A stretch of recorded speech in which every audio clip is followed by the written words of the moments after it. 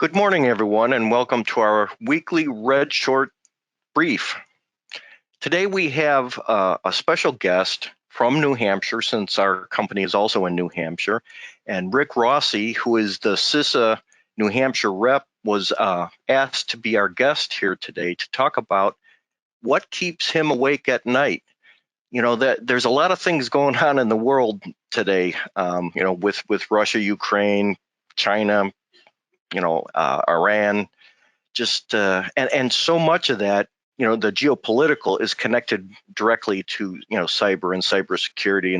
So we asked Rick to come here today to talk about what keeps him awake at night, and to talk about some of the top concerns that DHS, CISA, and the government has to protect all the 16 different sectors, critical infrastructure and key resource sectors. And with that, if before we get started here, Rick, if you could tell a little bit about yourself and a little bit about the CISA mission, I think that would help the audience understand kind of where DHS is coming from. Yeah, and thanks, Bill, for having me on. I'm Rick Rossi. I'm a CISA cybersecurity advisor assigned to the state of New Hampshire. So in the fiscal year 21 National Defense Authorization Act, Congress directed CISA to provide statewide coordinators, which also serve as cybersecurity advisors in each of the 50 states. So I am that individual assigned to New Hampshire, and our job is to help build cyber resilience within the state. That includes state and local governments, as well as critical infrastructure owners and operators. And our role is really looking from the lens that there is no silver bullet type of solution to protect, from any cyber threat. That threats will happen, threats will evolve, attacks are going to happen. There's going to be 0 days. There's going to be supply chain attacks. So we look at things from a cyber resilience perspective. How are you positioned to bounce back? Whatever critical services you're offering, how quick are you going to be able to get those back online and serve the population that really needs your services? And that's really in a nutshell what my position is. CISA's job ultimately is to protect the domestic critical infrastructure. We serve as the nation's risk advisor, and our job is to help identify, manage, and reduce risk among critical infrastructure within the United States. And we do that through robust partnerships with state and local governments, our federal partners, as well as critical infrastructure owners and operators. Great. And just so the audience knows, Rick and I met within the last year, I think, and he's given several briefs to our InfraGard chapter, which have been really, really interesting.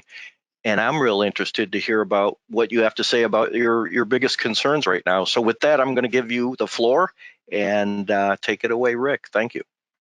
Yeah, thanks, Bill. I mean, when I first heard of this opportunity, I want to look deadpan into the camera and pull the James Mattis with the I keep other people awake at night. So after taking some serious consideration into the thought, though, there's really a couple themes that I wanted to hit that when we're working on really trying to develop a culture of cybersecurity within state and local government, as well as critical infrastructure, that seems fairly common.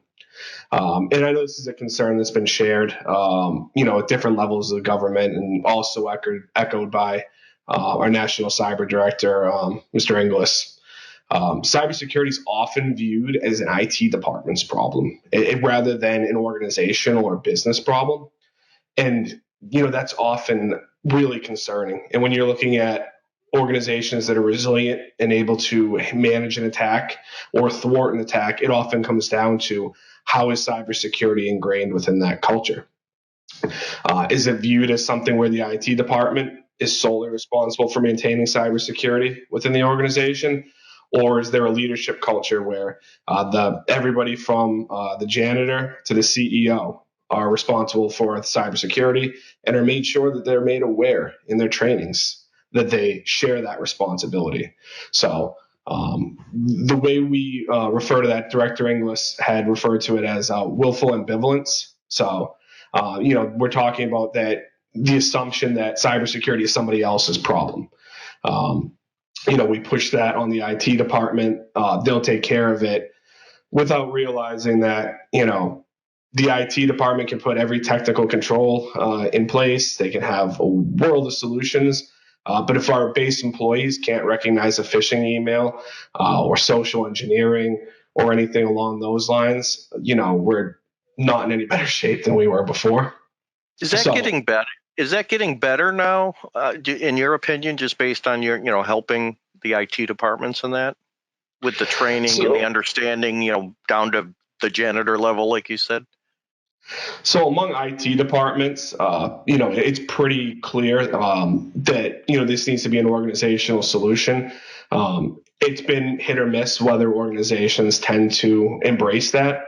So when we have events like, Colonial Pipeline, every citizen is, worried about, am I going to be able to get my gasoline? And, if the JBS Foods ransomware attack, I'm paying twice as much for, my filet mignon than I did 2 weeks ago. That stuff is what hits home. It's in everybody's forefront.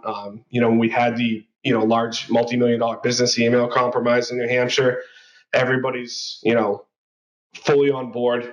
But, just like every other threat, time passes, we go on vacations, we go on holidays, and we come back. It's not at the forefront of our mind.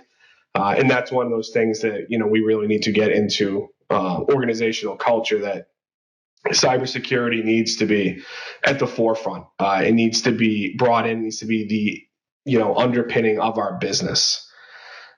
So secondarily, the thing we want to bring up too is that, our director, Jen Easterly, often mentions that cyber needs to be a kitchen table issue. It needs to be discussed among people. It needs to be discussed at home. It needs to be discussed in businesses, that this is a real concern. Cyber underpins our business, our security, and much of our day-to-day life, looking at the various connected devices all around us, the way we're able to communicate on this platform today. It's everywhere. And that basic cyber hygiene is also a personal responsibility, not just a business responsibility. And that we all play some role in securing the networks we have access to. So on a couple of statistics, 93% of successful cyber attacks start with a phishing email. That's one area where, again, you can come down to the human level.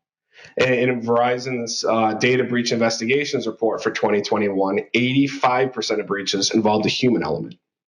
So again, we keep coming down to, we're not running into nearly as many situations of an advanced adversary leveraging a very carefully researched zero-day attack that no one's going to pick up on.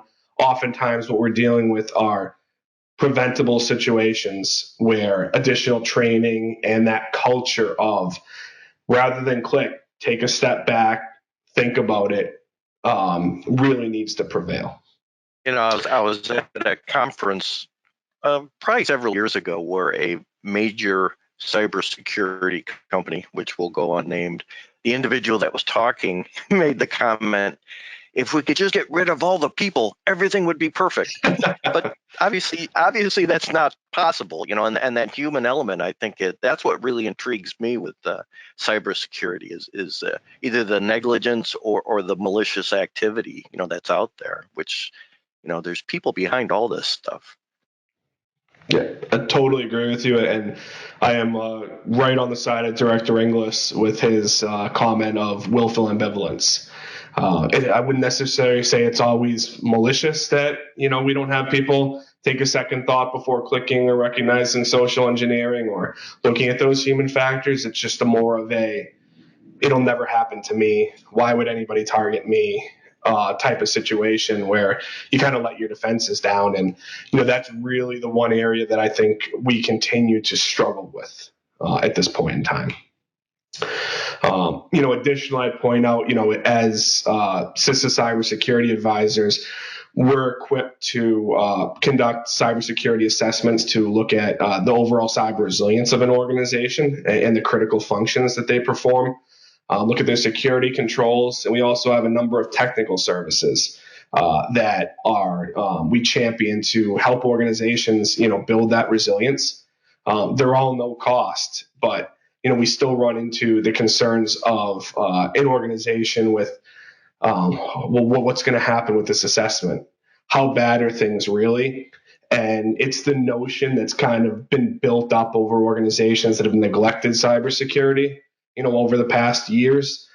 How bad are things really? It's kind of the old adage of the ostrich with its head in the sand, that, as long as the head is under there, nothing's going on. There's nothing to see here.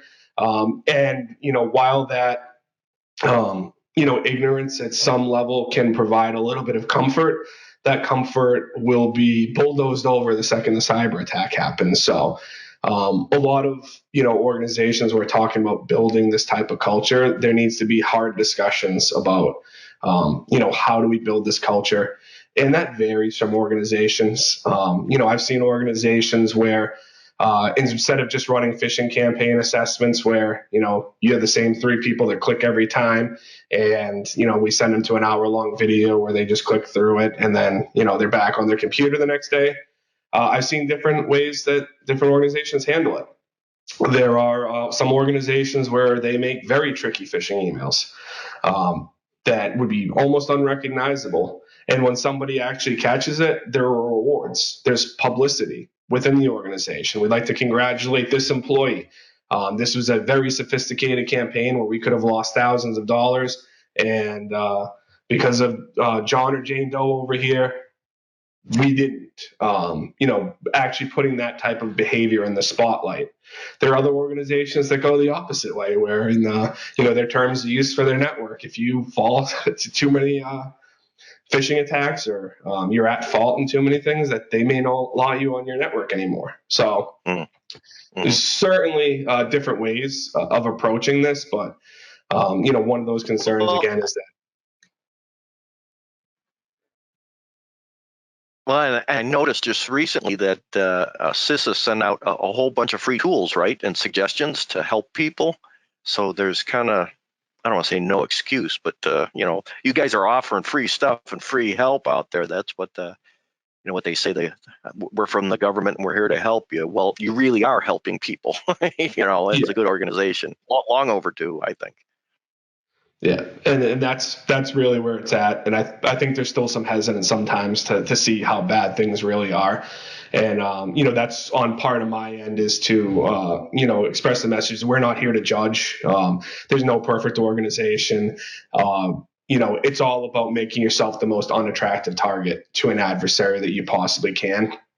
And that's one of the other misnomers that I often run into, is that, we have to buy this product that we saw advertised during the Super Bowl this year that, is going to cost us hundreds of thousands of dollars a year, and we can't afford it. Or we're going to pay thousands of dollars for this and we just can't afford it, when, there's really some basic steps that you can employ that are either free or no cost, that, while you're not going to be immune from every situation, an adversary is going to come by, and it's just going to be, there's so many other targets that are going to be easier, that it's just not worth their time.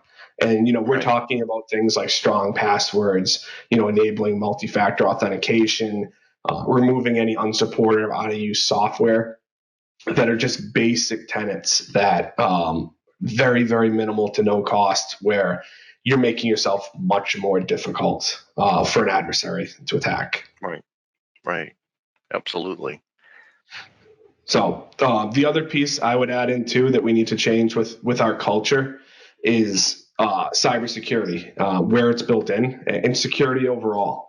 Especially when we're talking about Internet of Things and industrial Internet of Things and all these Internet connected devices. It's fantastic. It makes, a world of difference in a lot of respects, in terms of ease, in terms of monitoring, in terms of even security in some respects.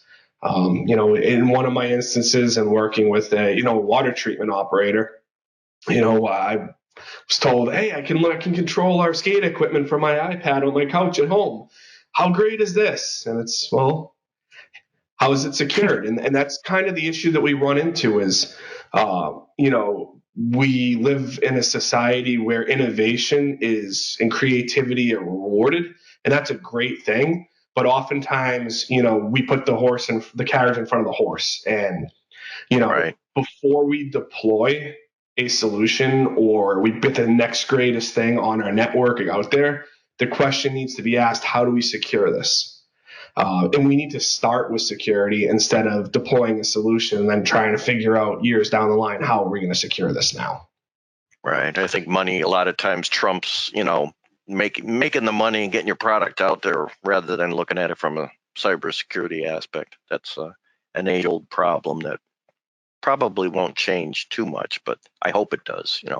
And that's where maybe the government can step in with, regulations and guidance, to change the industry that way. I think, having come from the government myself. So good. Yeah. And that's totally on board with you with that, Bill. Part of the push here too with any of these type of environments is there's competing pictures of what the cyber threat environment actually is and what impact it's having on our country. There are no regulations in a lot of instances for reporting malicious activity. So we have an incomplete picture where, the attitude in a lot of areas is let's sweep this under the rug. It never happened. We're afraid we're going to scare our investors. We're afraid we're going to, Right. have a reputation impacted. This didn't happen to us. And, there's, some real scorn or view of, how are we going to be viewed by our customer set if we admit that this happened? Right. And that's part of the issue too, from the government response end is, oftentimes we don't even know how bad the problem really is. It's estimated less than half of cyber attacks actually get reported. And then again, citing Verizon's data breach investigations report, 80%, more than 80% of breaches were discovered by external parties. So, and oftentimes we're dealing with organizations that are probably breached and don't even know it yet. So, that's one of the other areas that I think is a major concern that, we, in order to combat this as a nation, we need to also understand how bad the problem really is. And that starts with coming and changing the culture of, Right. If you have an attack, your neighbor probably did too. It's not one of those things where coming out and, announcing what happens is such a bad thing that it needs to be viewed. I've heard from the adage of, a medical situation.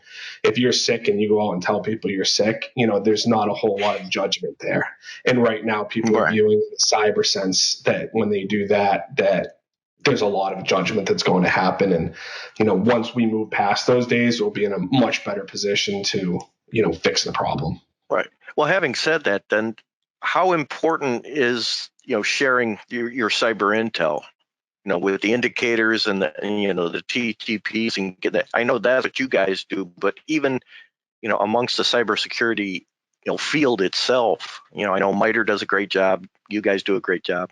And there's a lot of companies, including our own, that share our information. How important is that in your estimation? I think that's beyond critical. In my prior position, I was with DHS's intelligence community arm, and part of that is sharing that threat intelligence. And that's part of, again, when we talk about changing the attitude that, saying, hey, we had a cyber attack, that there's not that judgment there, because being able to share the indicators of what happened is probably going to stop somebody else from having the same situation happen to them. And oftentimes when the government's sharing indicators, it's oftentimes because somebody else got hit and they picked up the phone and they said, here's what happened. We want to make sure this doesn't happen to anybody else. And, that's really, really useful. In terms of some of the cybersecurity companies, like yourself and others, there's, cutting edge indicator and threat feed systems that, are absolutely fantastic, where you have folks doing research, discovering domains, typo squatted domains and infrastructure before it's even been used.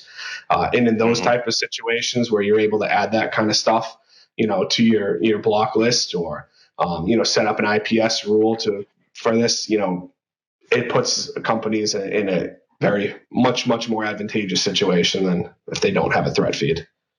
Right. Absolutely. I totally agree with that. Right. So, any other concerns that you have out there? Again, there's a lot of stuff going on in the world today, and I've said that for years. Not even being, I don't claim to be really a cyber expert at all. I come from the law enforcement background, but when I used to, instruct two, police officers and criminal investigators on the federal level, I don't care what business you're in now. Everything's connected to cyber. Everything is now, and you have to have that at least that awareness and work with agencies like yourself and even private agencies like ours and others to better protect yourself, because there's a lot of bad guys out there and they got time on their hands, and they're smart. A lot of these hackers are smart people, and so Yeah, any other I totally agree. any other final concerns here? Yeah, I mean, we push that all the time, Bill, that, cybersecurity is a team sport to partner up. You can see that through CISA's Joint Cyber Defense Collaborative with our partnerships with a number of different IT security companies. I know when I go out and I'm working with an organization, if they want to work with CISA, fantastic. If they want to work with a private cybersecurity company, great. There's this is not a siloed effort where you're going to have one agency, one individual, one team that's going to solve a problem. It's making that concerted effort to actually improve defenses, regardless of who you want to partner with on it. Right. The other issue I'd be remiss in terms of the threat environment we currently deal with are supply chain attacks. So we're talking Solarwinds, CISA, Right. Log4j. A software supply chain attack occurs when a cyber threat actor infiltrates a software vendor's network and employs malicious code to compromise the software before the vendor sends it out to customers. So you're dealing with a situation where you have software from a potentially trusted party on your network running, and it wasn't even you that was breached. It was a vendor that you've employed that was breached, so that when that compromised update or patch comes over signed by a digital certificate from that trusted party, you're potentially pulling malware into your network. And that's really one of the areas that I think is concerning. We also have as one of our assessments now is cybersecurity advisors and external dependencies management assessment, which starts to put some best practices in there. If you're going to put a solution or let a vendor or contractor connect to your network, they minimally need to meet the baseline cybersecurity requirements that you have for your own network. It's the old adage of the weakest link in a chain.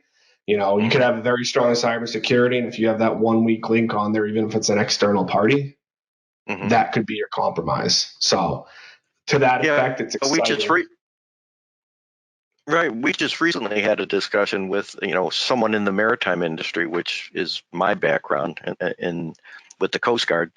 And if you look at the whole transportation supply chain from product to the shelf on a store, and how many points there where someone could get hacked, from the manufacturer to the trucker to the port to the ship back to the port on the other side, the rail systems. I mean, there's just so many. And then you have your customs house brokers, you have your insurance people. I mean, it's really kind of daunting to me that the avenues that the bad guys could possibly, get into, and attack, a large corporation that, through the supply chain. I mean, it's crazy. And even beyond just the software supply chain, one of the closest Fortune 500 companies I work with that is not in New Hampshire, has always advised their biggest concern is the vendors that they employ. That Fortune 500 company has a robust budget, some of the most talented cybersecurity professionals I've ever met. But when they have a very small vendor providing what may be somewhat of an inconsequential service to them, and that vendor is compromised, that trust relationship is already built between that Fortune 500 company and that small budget that may be a mom and pop shop, may not even have a cybersecurity element to it, and that's when you start running into phishing emails that may be very, very difficult to recognize. Well, and when we were looking at one of our clients doing our routine, cybersecurity collection and analysis, we saw that a large electric vehicle manufacturer was connected to an upholstery shop, I believe on the East Coast somewhere, and that's where the potential malicious activity was coming through. It was a mom and pop upholsterer that was helping with their design of, and that's where, we passed that along to try and help them out. But, kind of, it was a stark example to us that, a tiny company could affect a huge company. Yeah, absolutely. And unfortunately, for our adversaries, they recognize that. And really, again, if you're talking about a, multi-million dollar company with robust cybersecurity defenses, and I'm a hacker, why am I could I potentially hack them? Yes. But why am I going to spend all that time and effort if I can go around to somebody with almost no cybersecurity defenses, breach them, and then use that as my Right. hot point? Right. So, Right. So any final thoughts before we wrap it up here today? no, I mean, I appreciate the time and the opportunity to appear here. Appreciate the partnership and work within the state, both with InfraGard and with Red Sky. It's always great seeing good people working hard and really doing, the work needed to improve cybersecurity within the country. And, thank you for that.